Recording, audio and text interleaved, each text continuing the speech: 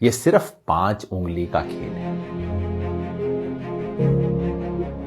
आप सुनते होंगे CAA, NRC, NPR और सोचते होंगे ये खेल क्या है, इतने सब शब्द हैं, समझ नहीं आता। वैसे बड़ा साधारण सा खेल है। मैं आपको समझा देता हूं। ये सिर्फ 5 उंगली का खेल है। 5 उंगली की यात्रा समझ लीजिए, ध्यान से समझिएगा और फिर समझाइएगा भी दूसरों को। ये यात्रा शुरू होगी सबसे छोटी उंगली से। बड़ा साधारण सा काम होगा। अप्रैल के महीने में आपके घर कोई आएगा, सरकारी कर्मचारी, हो सकता है स्कूल के टीचर कोई आए, कहेंगे हमें आपके घर सिर्फ गिनती करनी है कितने लोग रहते हैं। बस नाम पूछेंगे, कब पैदा हुए ये पूछेंगे, ये भी पूछेंगे कि आपके माता पिता, चाहे हैं या नहीं है अभी, वो कहां पैदा हुए थे, कब पैदा हुए थे।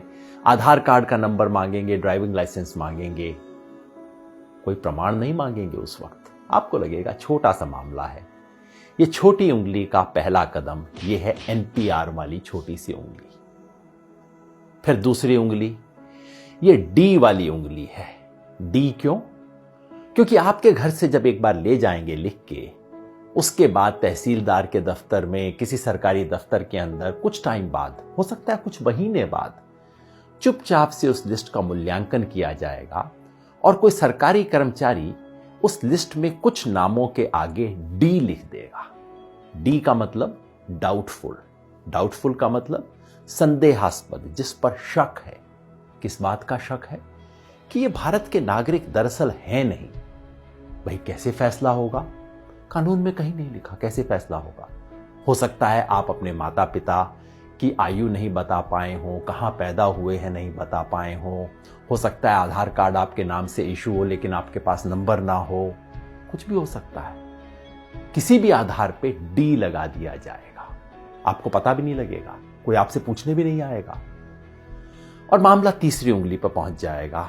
ये तीसरी और बड़ी उंगली है, ये है NRC वाली उंगली। जिन लोगों के नाम के आगे D लगा होगा, समझ लीजिए आपके मोहल्ले में 500 लोग हैं, 1000 लोग हैं, उनमें से 50 के नाम के आगे D लग गया। उन 50 लोगों को चिट्ठी आएगी, पूरे परिवार में नहीं। हो सकता है परिवार में बहू को चिट्ठी आए, बेटे को ना आए, बाप के नाम चिट्ठी आए, पोते के नाम चिट्ठी ना आए। कुछ लोगों के नाम चिट्ठी आएगी और उन्हें कहा जाएगा, नोटिस दिया जाएगा, अब आप साबित कीजिए कि आप भारत के नागरिक हैं। कैसे साबित करेंगे? सरकार ने आज तक नहीं बताया। हमारे पास सिर्फ एक असम का उदाहरण है जहां पहले हुआ है NRC, और वहां क्या हुआ था? ना आधार कार्ड माना गया, ना राशन कार्ड माना गया, ना वोटर लिस्ट में नाम माना गया।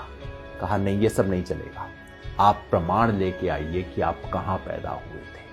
आज से 30 साल पहले वोटर लिस्ट में आपका नाम था कि नहीं था, पुरखों का नाम था कि नहीं था, कोई संपत्ति का प्रमाण पत्र लेके आइए। साधारण लोग कहां से जुटाएंगे प्रमाण पत्र?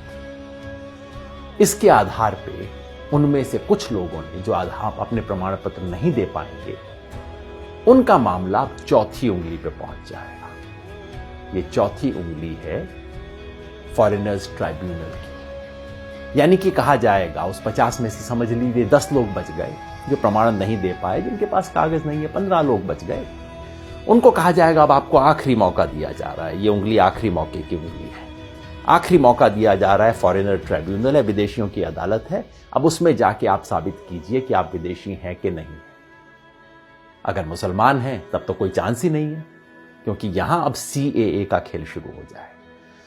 अगर मुसलमान हैं, आपको विदेशी माना गया है, तो अब आप तो विदेशी हैं ही हैं, चाहे आपके बाप दादा यहां पे 500 साल से 1000 साल से रहते आ रहे हैं। अगर मुसलमान नहीं भी हैं तो पता है क्या है, आपको ये साबित करना पड़ेगा कि आप बांग्लादेश, पाकिस्तान, अफगानिस्तान से आए। अब आप सोचिए, बिहार यूपी में रहने वाले लोग, नेपाल की तराई में रहने वाले लोग, श्रीलंका में रहने वाले लोग, श्रीलंका के पास तमिलनाडु में रहने वाले लोग कहां से साबित करेंगे भाई कि हम पाकिस्तान से आए, बांग्लादेश से आए, अफगानिस्तान से आए? फॉरेनर ट्राइब्यूनल में अगर साबित आप नहीं कर पाए, जो लोग भी साबित नहीं कर पाए, वो लोग विदेशी घोषित हो जाएंगे और मामला अब चौथी उंगली से अब अंगूठे पे पहुंच जाएगा, अंगूठे तले दबने वाला। ये है डिटेंशन सेंटर। डिटेंशन सेंटर का मतलब जेल, विदेशियों के लिए बनी हुई खास जेल। भारत सरकार इसके नियम बना चुकी है। डिटेंशन सेंटर आसाम में बन चुका है, कर्नाटका में काम करना शुरू कर चुका है, बाकी 10 राज्यों में बन रहे हैं डिटेंशन सेंटर। जिस व्यक्ति के पुरखे पता नहीं कब से यहां पे रहते आ रहे होंगे, उसे अपनी ही मिट्टी में विदेशी बना के डिटेंशन सेंटर में डाल दिया जाएगा। यह है खेल। शुरू होगा छोटी उंगली से, एनपीआर से, और खत्म होगा कुछ लोगों के लिए। हो सकता है 1000 में से 1 लोग, हो सकता है 1000 में से 2 लोग डिटेंशन सेंटर में बने। क्या ये चाहते हैं? अगर नहीं चाहते तो इसे रोकने का एक ही तरीका है। ये 5 उंगली का खेल कैसे रुकेगा? जैसे ही पहली उंगली मोड़ने की कोशिश हो, आप 5 उंगलियां कर लीजिए बंद, मुट्ठी लीजिए कस और उठा दीजिए अपना हाथ। विरोध करना होगा, यानी कि जब पहली उंगली उठे एनपीआर वाली, एनपीआर का बायकॉट करना होगा। पूरे देश में जो नागरिकता संशोधन के बारे में आंदोलन चल रहे हैं, उन सब ने मिलकर कॉल दिया है। हम भारत के लोग, we the people of India, जो देश के 120 से ज्यादा संगठनों ने इकट्ठा होकर बनाया है, सब ने कहा है कि एनपीआर का बायकॉट करें। यानी कि जब आपके घर में कोई टीचर आए, कोई सरकारी कर्मचारी आए एनपीआर का डेटा लेने, प्यार से बात कीजिए, इससे बुरा बात करने की जरूरत नहीं। पानी पिलाइए, चाय पिलाइए, नमकीन भी खिलाइए। नमक खिलाना बहुत जरूरी है, क्योंकि ये संविधान का नमक खाते हैं, याद दिलाना है। ये कर्मचारी इस देश के कर्मचारी हैं, किसी पार्टी के नहीं है। सब कुछ दीजिए, प्यार से कीजिए, लेकिन कागज नहीं लिखवाएं।